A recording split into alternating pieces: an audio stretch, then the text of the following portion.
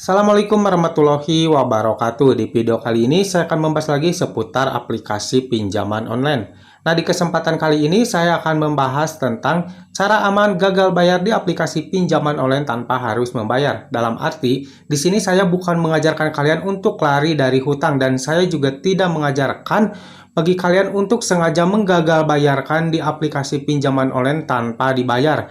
Namun di video kali ini, saya ini khususkan buat kalian yang memang sudah terjebak dan memang sudah tidak sanggup untuk membayar tagihan kalian di aplikasi pinjaman online. Khususnya buat kalian yang mungkin sudah terlilit hutang pinjaman online ke sana kemari. Dan di sini saya informasikan juga nih, buat kalian yang mungkin sekarang sudah mulai terlilit hutang pinjaman online, jangan pernah kalian melakukan pinjaman di aplikasi lain atau dalam arti gali lubang tutup lubang ya. Jadi mulai sekarang stop dulu dan kalian wajib simak untuk cara-caranya agar kalian itu tidak merasa ketakutan lagi dengan teroran ataupun peringatan-peringatan yang selalu dikirimkan oleh DC pinjaman online. Nah, untuk caranya adalah sebagai berikut. Yang pertama yang wajib kalian lakukan adalah kalian jangan pernah merespon apapun pesan dari DC online, mau itu melalui pesan WhatsApp, SMS, maupun juga email. Dan kalian juga jangan pernah mengangkat telepon yang selalu dikirimkan oleh mereka setiap harinya, karena pastinya kalian akan mendapatkan spam telepon dengan nomor-nomor yang berbeda kepada kalian dari DC pinjaman online tersebut. Jikalau kalian mendapatkan spam telepon atau ada panggilan masuk dari nomor yang tidak dikenal atau dalam arti tidak ada namanya, kalian jangan pernah mengangkatnya karena sudah dipastikan itu dari DC pinjaman online. Jadi, pada intinya kalian jangan merespon apapun ketika kalian dihubungi melalui media komunikasi oleh DC online. Karena jikalau kalian sekali saja merespon, tentunya itu akan berkelanjutan ya. Mereka akan terus menghubungi kalian jikalau kalian pernah merespon pesan maupun juga telepon dari mereka. Yang selanjutnya adalah jikalau kalian memang tidak bisa untuk melakukan hal seperti itu, kalian bisa ganti kartu SIM kalian yang kalian daftarkan di aplikasi pinjaman online tersebut. Nah, ini adalah cara yang paling mudah dan ini bisa menghindarkan kalian dari yang namanya teror-teror dari DC pinjaman online ya. Karena jikalau kalian mengganti kartu yang kalian daftarkan di aplikasi pinjaman online tersebut, tentunya mereka tidak punya akses lagi untuk menghubungi kalian selain ke nomor kontak darurat ya. Nah, untuk caranya adalah kalian ganti kartu yang kalian daftarkan di aplikasi tersebut dan kalian jangan pernah aktifkan lagi kartu tersebut ya, karena jikalau aktif tentunya mereka akan kembali menghubungi kalian. Nah, jikalau kalian memang sudah pusing dengan pesan WhatsApp dari mereka, spam telepon dari mereka, alangkah baiknya kalian ganti saja nomor ponsel yang kalian daftarkan di aplikasi pinjaman online tersebut.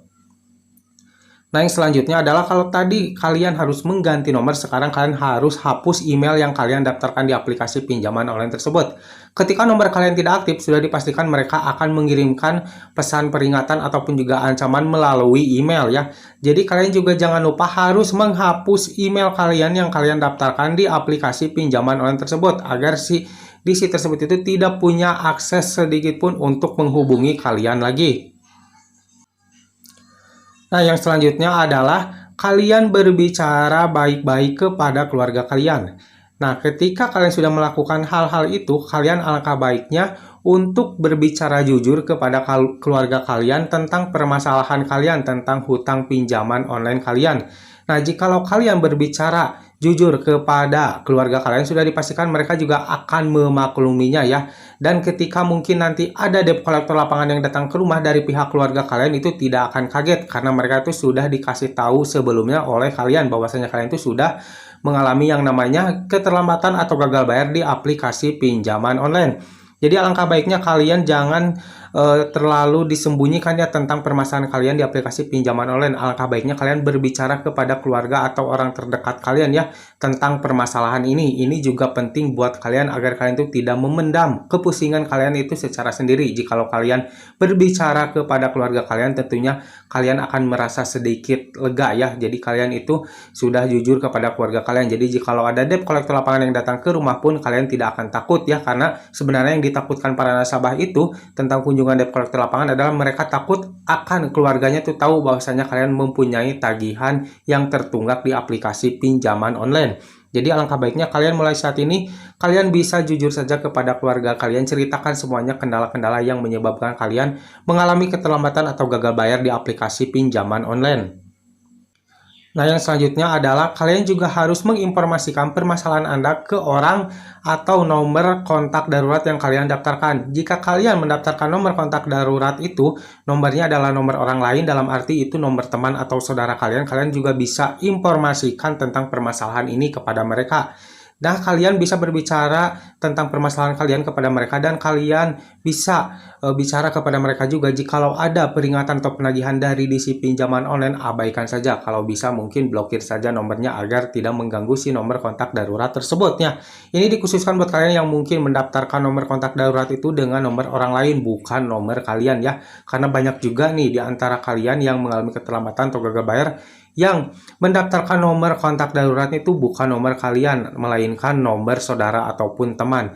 Jadi, ketika kalian mungkin ingin mengajukan pinjaman di aplikasi pinjaman online, saya saranin jangan mengasih nomor kontak darurat teman kalian ya, agar untuk menghindari hal-hal seperti ini ketika kalian mengalami keterlambatan atau gagal bayar, terkecuali memang kalian itu untuk keuangannya itu cukup bisa dibilang mampu ya untuk membayar tagihan kalian, karena sudah dipastikan jika kalian tidak mengalami keterlambatan pastinya tidak akan terjadi hal-hal seperti itu ya, tidak akan ada DC online yang mengingatkan tagihan kalian kepada nomor kontak darurat kalian. Pada intinya ketika kalian mendaftarkan nomor kontak darurat atas nama orang lain atau mungkin teman kalian, kalian segera berbicara baik-baik kepada pemilik nomor kontak darurat itu ya, agar mereka itu tidak kaget dan tidak marah ketika mendapatkan peringatan dari DC pinjaman online kepada mereka. Jadi kalian bisa ceritakan dan jujur kepada mereka, nanti juga mereka pasti akan memakluminya. Nah, yang selanjutnya adalah siapkan mental yang kuat ketika ada debt collector lapangan yang datang. Nah, hal ini yang paling penting kalian tanamkan ya di diri kalian. Kalian harus kuatin mental ketika ada debt collector lapangan yang datang ke rumah. Kalian jangan pernah kabur-kaburan ketika ada debt collector lapangan yang datang ke rumah, karena hal itu pastinya akan menyebabkan masalah lebih panjang lagi. Alangkah baiknya ketika ada debt collector lapangan yang datang ke rumah kalian, kalian berbicara apa adanya kepada mereka. Kalian jujur saja dan ceritakan kendala-kendala apa saja yang menyebabkan kalian menjadi keterlambatan atau gagal bayar di aplikasi pinjaman online tersebut. Dan kalian juga wajib untuk menanyakan kelengkapan dokumen-dokumen dari si DC lapangan tersebut ya, karena untuk debt collector lapangan yang resmi sudah pastikan mereka akan membawa dokumen-dokumen yang lengkap. Jika kalian menemukan debt collector lapangan yang tidak membawa dokumen lengkap, kalian wajib untuk tidak menerima kedatangannya. Bahkan kalian juga punya hak untuk tidak memberikan pintu masuk kepada mereka ya, kalau memang si debt collector lapangan tersebut itu tidak mempunyai dokumen-dokumen yang lengkap. Karena sesuai aturannya, untuk kunjungan debt collector lapangan ke rumah nasabah itu harus membawa dokumen yang lengkap, dan tugas mereka itu hanya mengingatkan tentang tagihan nasabahnya yang sudah tertunggak. Mereka tidak boleh mengambil tagihan si nasabah itu secara tunai atau cash, namun mereka hanya bisa memberikan arahan kepada si nasabah tersebut jika ingin membayar tagihannya melalui virtual account ataupun melalui aplikasi. Jadi mereka tidak diwajibkan untuk membawa uangnya secara cash atau tunai. Nah guys, inilah dia tips cara aman gagal bayar di aplikasi pinjaman online legal ya, yang perlu kalian ketahui. Jadi buat kalian yang mungkin sekarang mengalami keterlambatan atau gagal bayar, coba kalian lakukan cara-cara ini agar kalian itu tidak merasa takut lagi, kalian tidak merasa frustasi lagi ketika kalian sudah terlanjur mengalami gagal bayar di aplikasi pinjaman online. Kali lagi saya ingatkan, video ini dikhususkan buat kalian yang memang sudah tidak sanggup, sudah punya uang lagi untuk membayar tagihan kalian di aplikasi pinjaman online ya, bukan untuk kalian yang memang masih mampu untuk membayar. Buat kalian yang memang masih mampu untuk membayar, alangkah baiknya kalian bayar saja tagihan kalian di aplikasi pinjaman online tersebut ya, agar kalian itu terhindar dari masalah-masalah seputar hutang kalian di aplikasi pinjaman online tersebut. Jadi kalian jangan membuat-buat masalah ya. Jadi alangkah baiknya ketika kalian memang masih mampu, kalian bayarkan saja tagihannya, jangan sampai sengaja untuk digagal bayarkan. Oke, mungkin sampai di sini dulu video dari saya kali ini. Semoga video ini bermanfaat buat kalian. Jangan lupa like dan juga share ke teman-teman kalian. Dan tetap dukung channel ini agar semakin berkembang dengan cara klik subscribe di bawah. Sampai jumpa di video selanjutnya. Assalamualaikum warahmatullahi wabarakatuh.